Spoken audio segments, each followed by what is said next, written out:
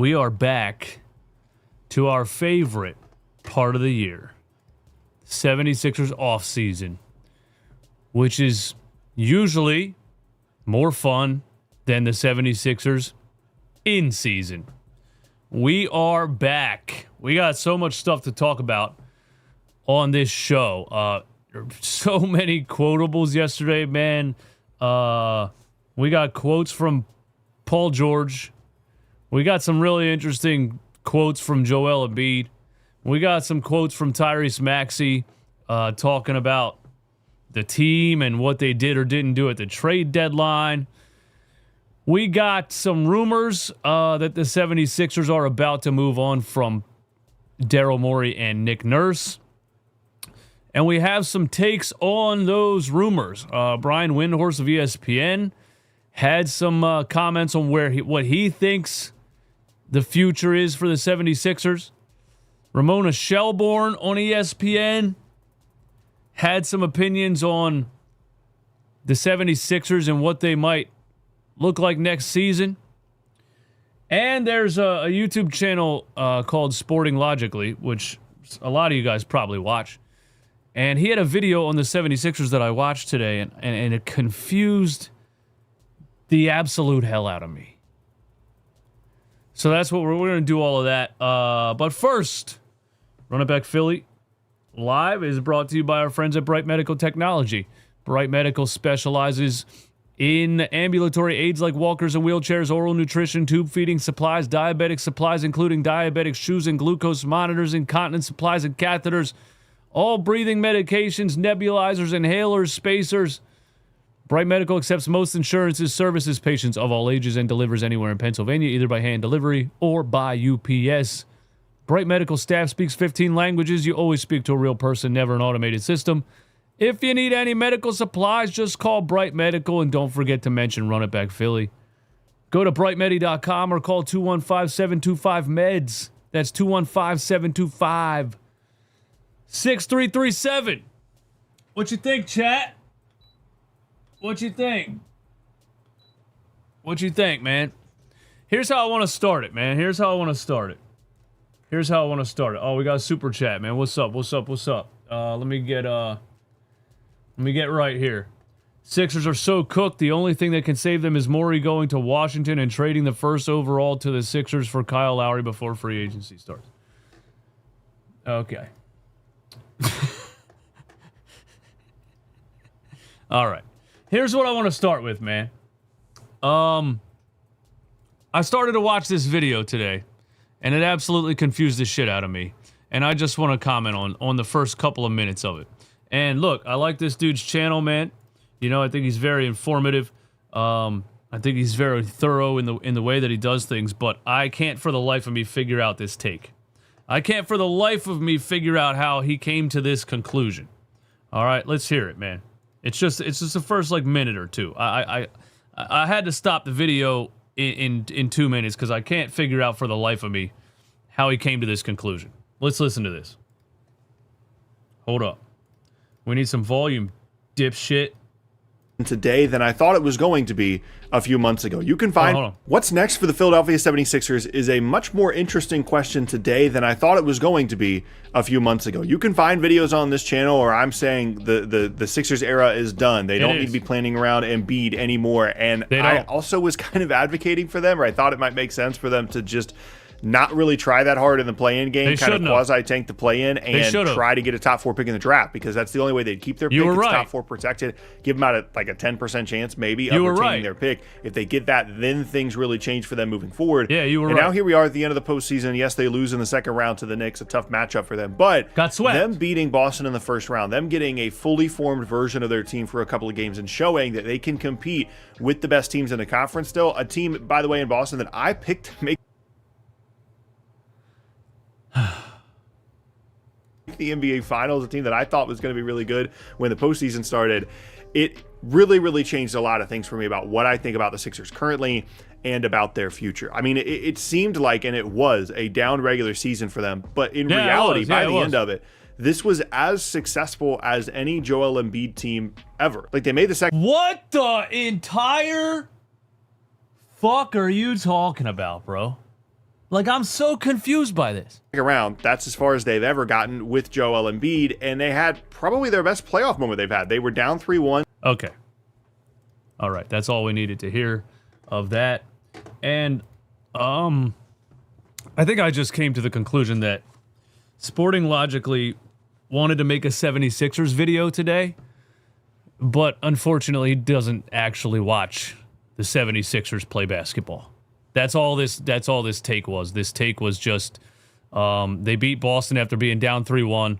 They got to the second round, and because of that, he concluded that this was one of the most successful Joel Embiid seasons, and the 76ers should no longer move on or try to move on, and the process is still going, and they can compete with the top teams in the East.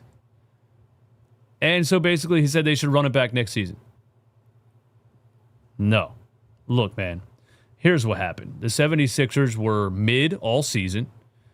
I mean, all of their every stat, they're in the bottom of the NBA all season long. They shouldn't have made it out of the play-in tournament. They did because the Orlando Magic threw a game to avoid the Boston Celtics. And then they lost to the Detroit Pistons anyway. But what really happened was the Celtics choked.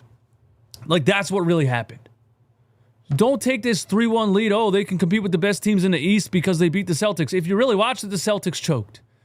They shot 20% from three the whole series. The Sixers were mid before that. And as you saw against the New York Knicks, they were mid after that. The only difference was the Celtics choked. No, they can't compete with the top teams in the East. No, they should not run it back. Insane take. Insane take. I just wanted to react to that because I just he's right though. How's he right? Yeah, how's he right? It makes no sense. It makes absolutely no sense. If you want to elaborate on how he's right, that'd be fine, or you can just type "he's right" in the chat. We got to go here, man. We got to go here. Yesterday, Paul George, after the game, said this, and I'm really looking forward to the off season with Paul George, because Paul George is just man, he's one of the worst people to talk into a microphone, man. Bro, as far as the off season and drama and content and things to react to, Paul George, every time he talks, for me, I think it's just figuring out if I can get that explosiveness back. I thought it limited me a lot this year with the ability to be explosive going towards the basket, which I've been my entire career being able to not have to heavily rely on my jump shot, but the jump shot kind of being the jab to set up the drive to the rim, and I just felt like that wasn't there this year. So I think just trying to find and see if there is that explosion back. So that'll be my challenge for this summer. All right, so Paul George literally says, "I'm washed." That's what he just said. He said, "I'm washed." And when he got caught popping Xanax and got suspended for 25 games, he came back from the 25-game suspension and he said, "This was great for me to get my body right and get my legs under me." And so he basically said, "I'm so washed that I need a 25-game suspension in the middle of the season to get some energy back." All right? Like, he doesn't realize how stupid these things sound while he's saying it. Okay? Then he comes into this one after the season. And they said, "What are you going to work on in the summer?" And he says straight up, this season, the season where, by the way, I told everybody I'm healthy, right? After the suspension and all that, Paul George told everyone he's healthy. He told everyone he's good to go. He feels the best he's felt in a long time. Now, suddenly, after the season, I didn't have my explosiveness that I usually have. And so this summer, I'm going to see if I can get my explosiveness back. Here's what I want to say. Paul George is 36 years old. Why does nobody in the 76ers stupid, dumbass organization understand that age is real, bro? Why don't... Nobody gets it. Last year, Nick Nurse was like, yo, we just had so many random injuries. Yeah, you had 5 40-year-olds on the team, bro. You guys can't make that connection? Now I got 36-year-old Paul George saying, yeah, I can't figure it out, man. I just, man, I don't know. I just don't have the explosiveness that I usually have. You know? And so I'm going to go into the offseason and see if I can get that back. How are you going to get it back without a time machine?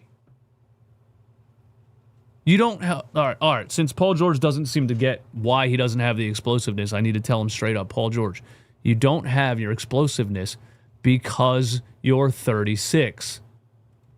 You're not going to get your explosiveness back at 37. Are you okay? Are you all right up here? I'm just so confused by the way these people think. Can just somebody tell him he's old? Am I tripping? Like, how does nobody understand what's happening here? Oh, I just can't figure out why I don't have the explosion I usually have. You're 36, bro. That's why.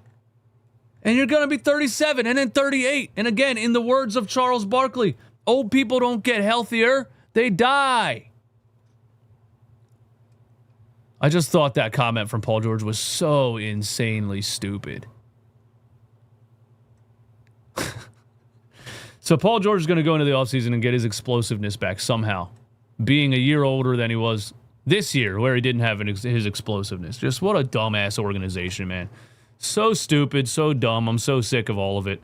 And we're going to get to the Daryl Morey rumor, don't you worry. Tyrese Maxey had some comments, and this is pretty interesting. They asked him about the trade deadline, and him and VJ Edgecombe basically had a laugh. Let's see this, man. Even at the team level, you guys had a pretty good season. Having said that, at the deadline, you did not upgrade the roster at all. What message does that send down the roster to everybody involved? Yeah, I mean, I'm more so just, listen, it happens. We are the players, and we go out there and we're going to play at the end of the day, no matter what. You know what I'm saying? Our team was obviously, I guess, good enough to get to the second round.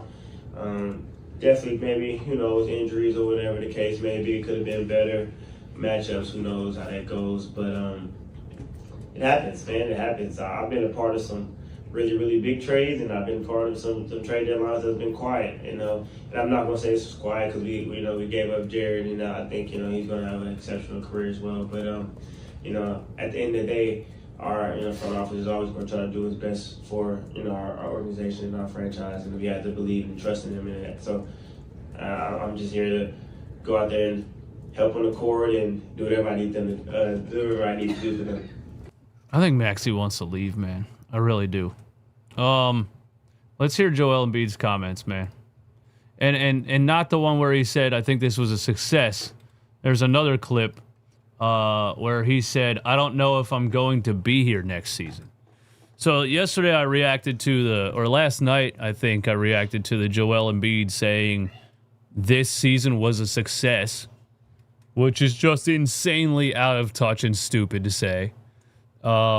Here's what he said about this one, man. VJ is going, I know, I'm going to talk to him. He's going to be better. And he was amazing for his first year. Tyrese is going to be better. And he's taking a step every single year. PG that we saw the last couple of weeks, he still got it. No, he does not. Everybody else, I don't know who's going to be here. I don't even know if I'm going to be here, but, whatever happens, happens. But, for me, I'm excited about, really getting back to myself. Joel Embiid sounds like he's saying, we're all going to be better next year. And so, we should run it back. He said Paul George still has it. I don't know if I'm going to be here next year, he said. whatever happens, happens. So there's this too. Joel Embiid seems to think that he has trade value by saying, I don't know if I'm going to be here next year. Whatever happens, happens. Joel Embiid thinks he has trade value. Do you see what I'm saying, man? Like these people are just so out of touch with what's actually happening. And it's because, and it's not their fault, you know.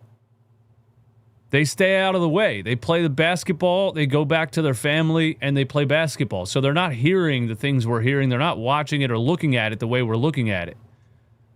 Basically, everyone they associate with is people who love and care about them and tell them what they want to hear. I'm just here to say, like, what I think. Joel Embiid seems to think he has trade value. He seems to think the Sixers are in a good place to run it back next year. It's just absolutely insane. Absolutely insane. And there's no way they can run it back, bro. There's no way. And I said this last year. I said this the year before that. But now, dude, I said it 2 years ago. I was like, if they don't blow this up, nobody's going to be in the arena. Then they ran it back this year. Joel Embiid once again played barely 30 games in a season. Got hurt again, came back in the playoffs, played 4 games, got hurt again, and we got swept by the New York Knicks because he was about 60%. And there's just no way they can run it back. The fans didn't even go to Game 4. They were like, "This shit's done. Why would we spend money to go to Game 4 when we know it's over?" And they got annihilated. Everybody's delusional. Everybody's out of touch. Major changes need to happen. Now let's move on to what. Shout out to JB is for Super Chat. All PG's going to do is blow out his knees.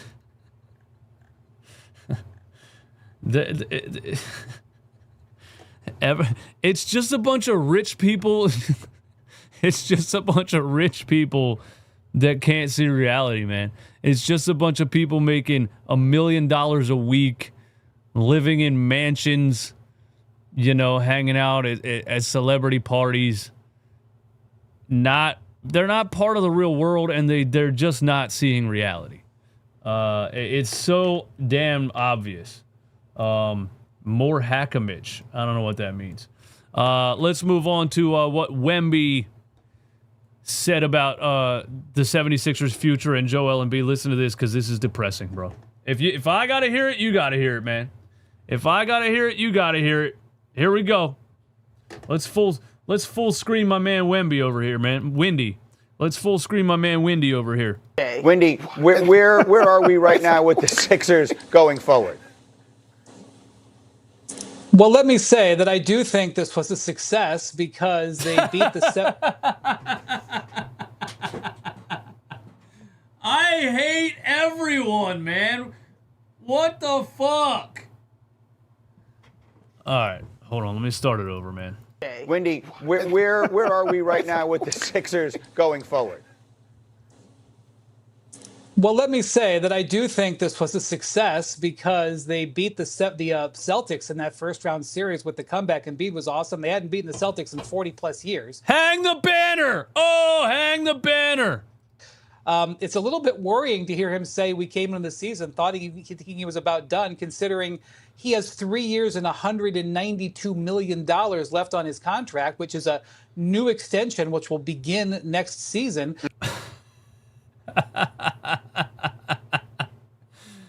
Oh, man. And that is why I can promise him he will definitely be back. He is not going anywhere. The Sixers do have a couple of free agents, Kelly Oubre, Quentin Grimes, that they have to deal with. But, you know, with him and Paul George locked into enormous salaries, this is going to be a team that's going to mostly have these guys next season. How's that? How do you like that one, guys? How's that make you feel? How's that make you feel? He said it's a little bit worrying that Joel Embiid said, like Joel said this season was a success because I wasn't sure, we weren't sure if we were going to get the knee right before the season started. So like Joel Embiid he doesn't even know if he can play basketball. And he's signed until 2029. Like these people, and that's why he's like, oh, I think it was a success, because we got the knee right. I played a couple games, so that was a success. So next year we'll come in and try again. Like these people don't care. They don't care.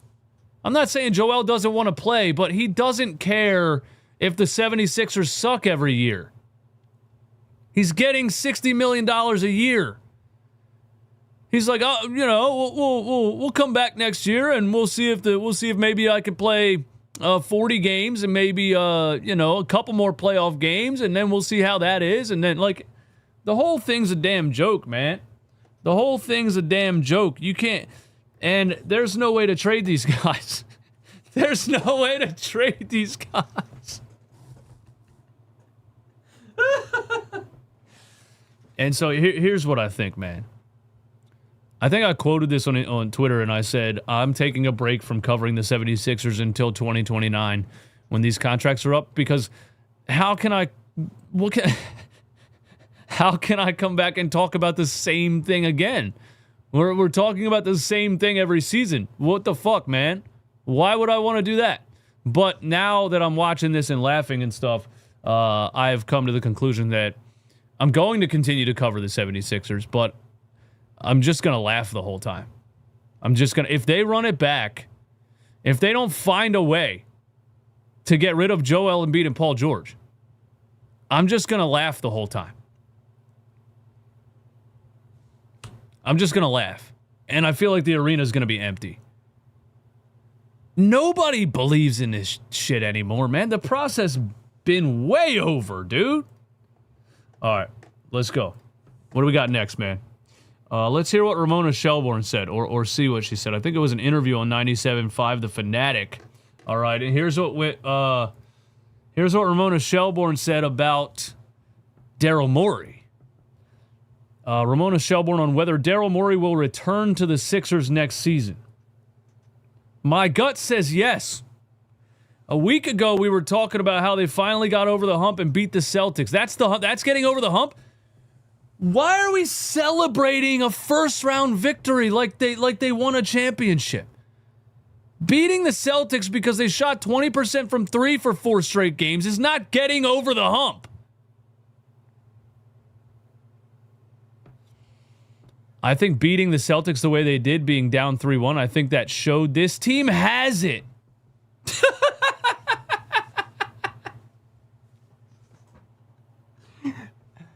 Everybody's joking, dude. Everybody's fucking joking. Everybody's joking. This is a TV show. It's the damn Truman Show, and everybody's joking. There's just no way, man. Eventually, Ashton Kutcher's going to jump out of the bushes and tell me I was on a hidden camera show and this whole thing was a joke and everybody was joking. Because there's just no way. I think beating the Celtics the way they did, being down 3-1, showed that this team has it. Has what? Oh my. Why would a change have to happen? That's what she said. I'll say this about Bob Myers. I don't think he wants that job. He's not trying to take over as president of basketball operations. He has a good job working for Josh Harris and all of his teams. I do think him being around, he's evaluating, but I don't think that's a replacement for you. Yeah, I can agree with her on the Bob Myers thing. But that doesn't mean Daryl Morey's staying. Bob Myers is going to make sure Daryl Morey gets fired. At the minimum. That's what I mean. How does Ramona Shelbourne not know this? At the very minimum, Daryl Morey and Nick Nurse are getting fired. Why would anyone who covers the NBA think that the 76ers are about to bring these guys back again when the whole fan base thought they should have been fired 2 off seasons ago? Everybody's joking. everybody's joking. Now, the last thing we got to talk about. Jackson, shut up! The last thing we got to talk about. Howard Eskin tweets.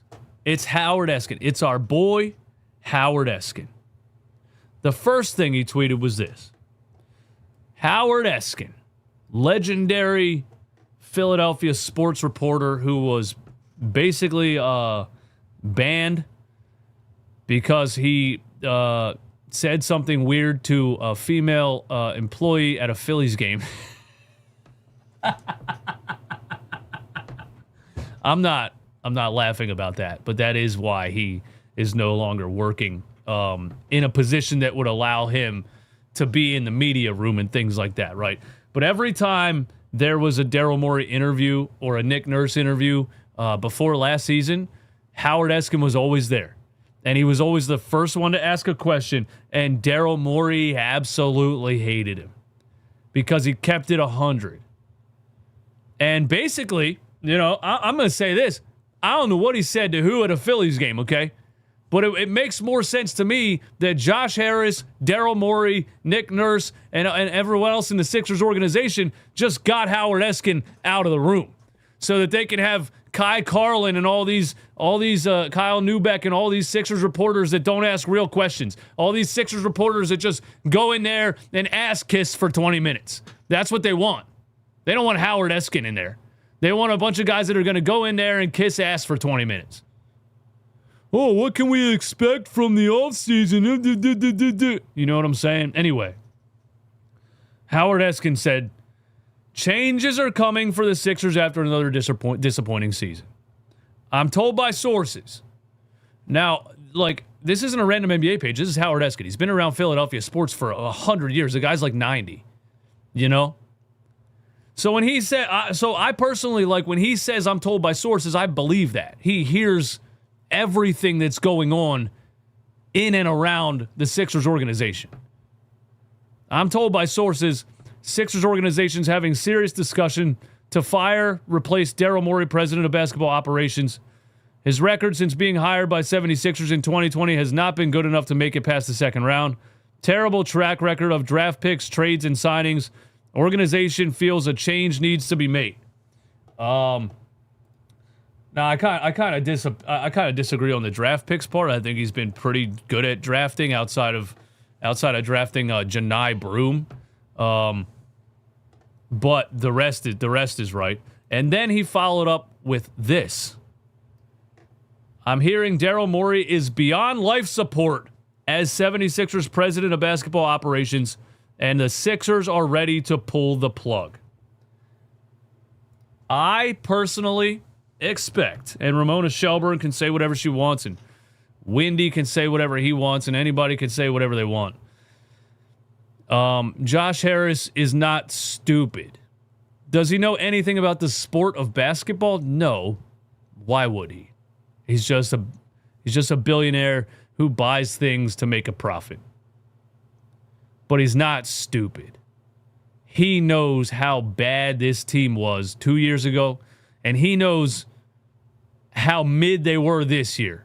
And the fact that Joel Embiid and Paul George, again, for the second year in a row, played like 30 games each, got hurt in the playoffs, got swept in the second round. Josh Harris knows these things. And at the end of the day, all context aside, it hasn't been good enough. And that's all there is to it.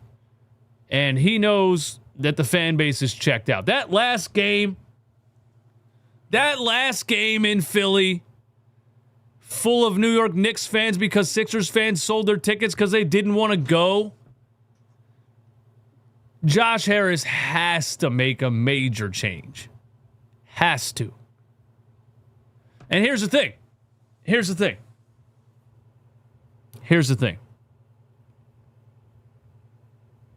The owners don't care about winning. We know that. They're in it to make a profit. They don't care about winning. All they need to do is sell hope, right? All they need to do is change something that gets the fans a little bit excited, and then the fans come back to the arena the next season. That's all they got to do. They don't need to win. No owner wants to win, really. You know, that's why there's 10 tanking teams in the NBA, because they're getting a payout for being at the bottom of the league. They're just making money.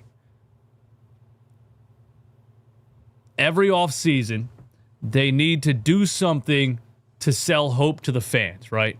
This is why Daryl Morey and Nick Nurse are getting fired.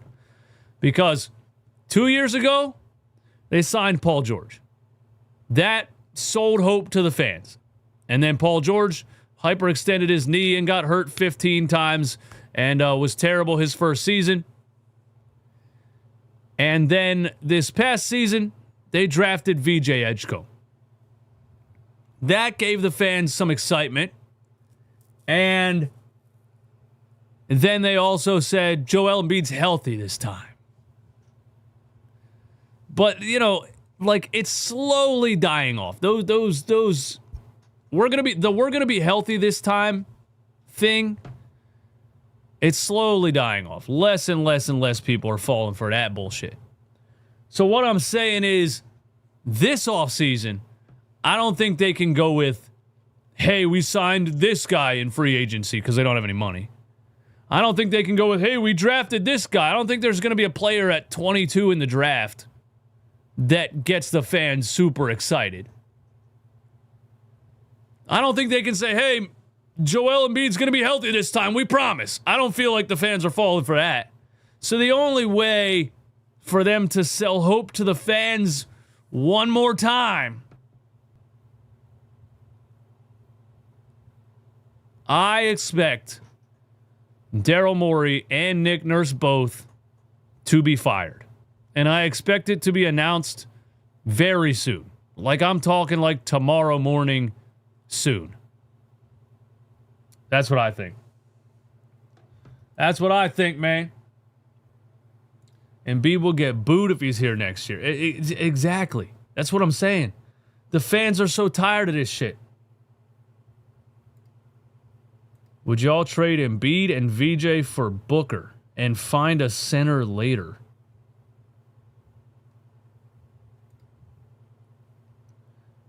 Why would the Suns do that?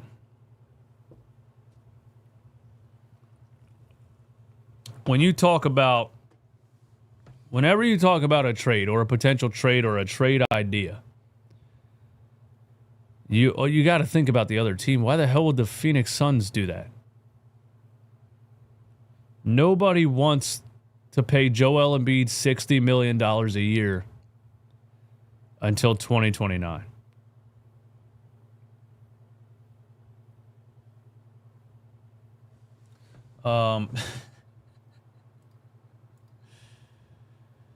They're not trading. Yeah, they're not trading VJ either. They're not trading VJ because they are in tank mode and have no need to win. And Phoenix has a great medical staff. Who's in tank mode? The Suns? Oh, so they would get VJ out of it? Yeah, they're not. The Sixers aren't trading VJ, man. You're not trading VJ. Look, you're not trading VJ. There's no way. Well, why would this? Now that I think about it, why would the Sixers do that? I don't know what. Neither team would do that. The Suns wouldn't do it because they don't want to pay Embiid that money to not play games. The Sixers aren't trading VJ. Whether you find a way to trade Joel Embiid and Paul George or not, you're still not trading VJ. VJ Edgecombe has the ability to be an NBA superstar. He's 20 years old and did what he did this year. I'm talking like the next Anthony Edwards, I'm talking. Look at Anthony Edwards right now. He's only 24 years old. I think VJ Edgecombe can get to that level in 4 years. By the way, how crazy is it that Anthony Edwards is younger than Tyrese Maxey? Did you guys know that?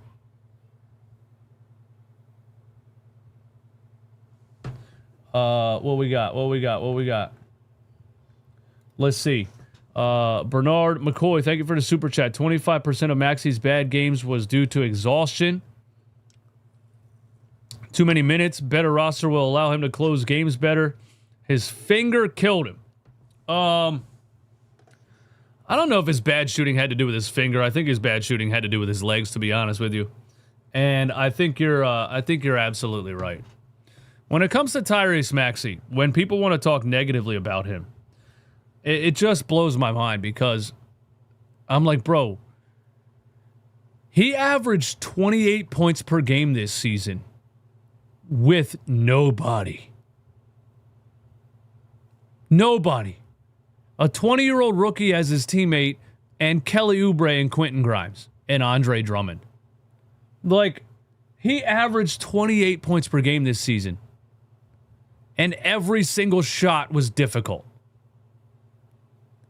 Yeah, if Tyrese Maxey actually gets in space and it is, and you can get him to around 35 minutes a game and not 48, yeah, I completely agree with you. That he was cooked. He was cooked by the time the playoffs came around, man. He was cooked. What else we got, man? NZ for 3. What up, bro? If they trade VJ, how is Josh Harris going to sell false hope? Exactly. That's his next guy. VJ Edgecombe is the next guy to fail to build around. He's the next guy. He's the new Joel Embiid, you know? Tyrese Maxey is also. You know what I mean?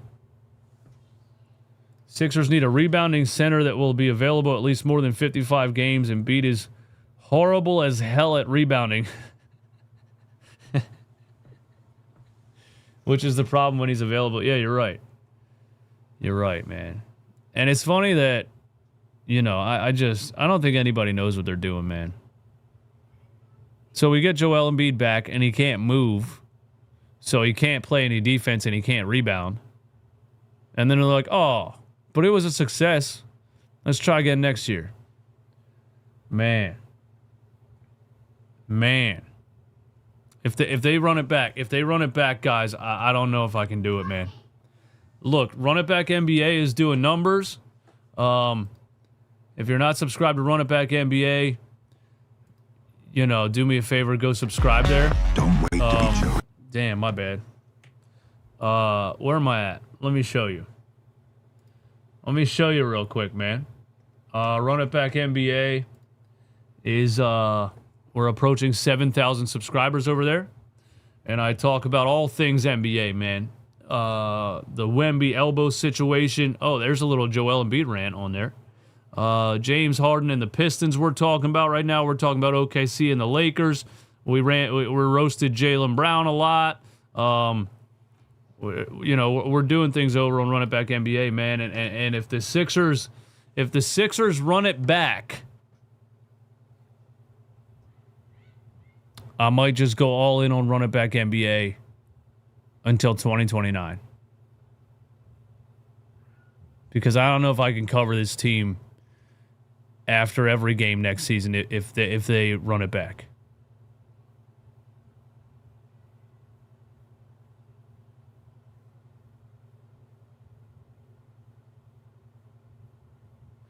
Anyway, man, that's all I got. Thank you guys so much for coming through. Thank you for hanging out. Regular streams like this all off season long, man. Regular streams like this all off season long. Reacting to rumors and quotes and